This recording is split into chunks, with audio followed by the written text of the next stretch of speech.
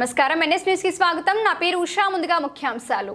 మహబూబాద్ జిల్లా డోర్నకల్ మండలం శ్రీ లక్ష్మీ బాలాజీ సేవా సమితి సౌజన్యంతో డోర్నకల్ ఆధ్యాత్మిక సమితి ఆధ్వర్యంలో భద్రాచలం శ్రీ సీతారామచంద్ర స్వామి వారి సన్నిధికి పంపించే గోటి తలంబ్రాల శోభాయాత్రను అంగరంగ వైభవంగా భక్తి గీతాల మేళతాళాలతో కోలాటం నృత్యాలతో నిర్వహించినట్లు అధ్యక్షులు లడ్డా వేణుగోపాల్ తెలియజేశారు.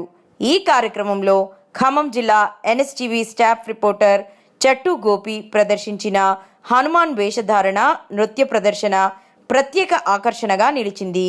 ఈ శోభాయాత్రలో ప్రధాన కార్యదర్శి మారబోయిన శ్రీనివాస్, నేతికొప్పుల సురేష్, గ్రామ పెద్దలు, మహిళలు, చిన్నారులు తదితరులు పాల్గొని విజయవంతం చేశారు.